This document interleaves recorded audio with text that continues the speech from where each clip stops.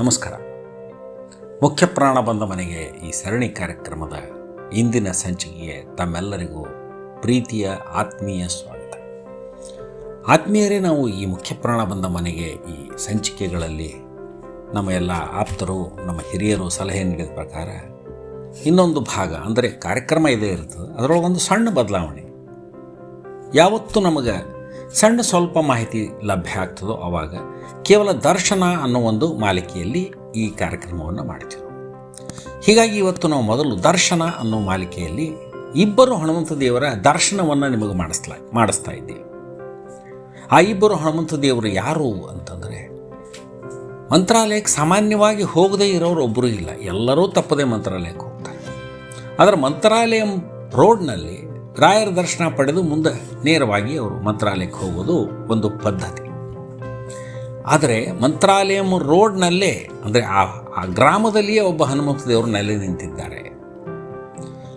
ನಾನು ನೋಡಲಿಕ್ಕಂತೂ ಸುಮಾರು 35 ವರ್ಷಕ್ಕಿಂತ ಮೇಲಿಂದ ಅದನ್ನು ನೋಡ್ತಾ ಇದ್ದೀವಿ ನಾವು. ಬಹಳ ಪುಟ್ಟ ಗುಡಿ, ಒಂದು ಸಣ್ಣ ಗುಡಿ ಒಳಗೆ ಆ ಮೂರ್ತಿ ಇತ್ತು, ಒಡಮೂಡಿದ್ದು ಅಂತ ಅನ್ನಿಸ್ತದೆ. ಆದರೆ ಅದ್ರ ಬಗ್ಗೆ ನಿಖರವಾಗಿ ಕೇಳಿದ್ರೆ ಯಾರಿಗೂ ಇತಿಹಾಸ ಇಲ್ಲ. ಬಟ್ ಬಹಳ ಜಾಗೃತ ದೇವರು ಅಂತ ಹೇಳ್ತಾರೆ. ಅಲ್ಲಿ ಪುಟ್ಟ ಗುಡಿ ಇದ್ದದ್ದು ಈಗ ಬಹಳ ಸುಂದರವಾದಂಥ ಸಣ್ಣದೇ ಗುಡಿ ಕಟ್ಟ್ಯಾರ. ಆದರೆ ಬಹಳ ಸುಂದರವಾಗಿ ಒಂದು ಕಲ್ಲಿನ ಕೆತ್ತನೆಯಲ್ಲಿ ಮಾಡಿದಂಥ ಒಂದು ಗುಡಿಯನ್ನು ಮಾಡ್ಯಾರ. ಅಲ್ಲಿಯೇ ಒಂದು ನವಗ್ರಹ ದೇವಸ್ಥಾನವನ್ನು ಮಾಡ್ಯಾರ, ಒಂದು ಧ್ವಜಸ್ತಂಭವನ್ನು ಮಾಡ್ಯಾರ. ಬಹಳ ಅದ್ಭುತವಾದಂಥ ಒಂದು ಸುಂದರವಾದ ದೇವಾಲಯ ಕಟ್ಟ್ಯಾರ. ಎಲ್ಲರಿಗೂ ಅವರು ಅಲ್ಲಿ ನಿಂತು ಅನುಗ್ರಹ ಮಾಡ್ತಾ ಇದ್ದಾರೆ. ತಾವು ಒಂದು ಸಲ ಅವರನ್ನು ದರ್ಶನ ಪಡೀರಿ, ಅವರ ಅನುಗ್ರಹ ನಿಮಗಾಗಲಿ ಅಂತ ಹೇಳ್ತಾ ಅವರ ಪರಿಚಯವನ್ನು ಮುಗಿಸ್ತೇನೆ. ಇನ್ನು ಹಾಗೆಯೇ ಸ್ವಲ್ಪ ಮುಂದೆ ಹೋದ್ರೆ ಮಂತ್ರಾಲಯಂ ರೋಡ್ನಿಂದ ಅಂದರೆ ತುಂಗಭದ್ರಾ ಸ್ಟೇಷನ್ ಏನಂತಾರೆ, ಅಲ್ಲಿಂದ ಮುಂದೆ ಹೋದ್ರೆ ಮಾಧವರಂ ಅಂತ ಒಂದು ಊರು ಬರ್ತದೆ. ಆ ಮಾಧವರಂನಿಂದ ಸೀದಾ ಹೋದರೆ ನಾವು ಮಂತ್ರಾಲಯಕ್ಕೆ ಹೋಗ್ತೀವಿ.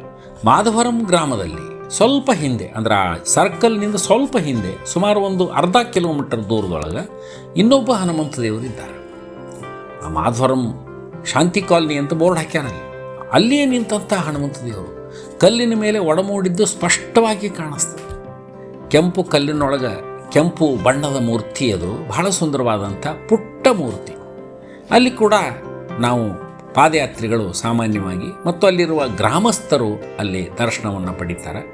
ಎದುರಿಗೆ ಒಂದು ಫ್ಯಾಕ್ಟ್ರಿ ಅದ, ಅಷ್ಟೇ ಪುಟ್ಟದಾದ ದೇವಾಲಯ ಇದ್ದರೂ ಬಹಳ ಸುಂದರವಾಗಿ ಅದನ್ನು ಮೇಂಟೈನ್ ಮಾಡಿದ್ದಾರೆ.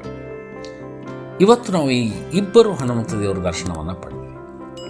ಇನ್ನು ಇದೇ ರೀತಿ ನಮಗೆ ಅಪರೂಪ ಅನಿಸುವಂಥ ಹನುಮಂತ ದೇವರ ಪರಿಚಯವನ್ನು ನಮ್ಮ ಈ ಕಾರ್ಯಕ್ರಮದಲ್ಲಿ ಮಾಡಿಕೊಡ್ತೀವಿ. ಅವರ ಅನುಗ್ರಹ, ಈ ಇಬ್ಬರೂ ಹನುಮಂತ ದೇವರ ಅನುಗ್ರಹ ನಮ್ಮೆಲ್ಲರಿಗೂ ಆಗಲಿ ಅಂತ ಹೇಳ್ತಾ ಇಂದಿನ ಈ ಸಂಚಿಕೆಯನ್ನು ಮುಗಿಸ್ತೇನೆ. ನನಗೆ ಅಪ್ಪಣೆಯನ್ನು ಕೊಡ್ರಿ. ಜೈ ಶ್ರೀರಾಮ್, ಜೈ ಬಜರಂಗ್.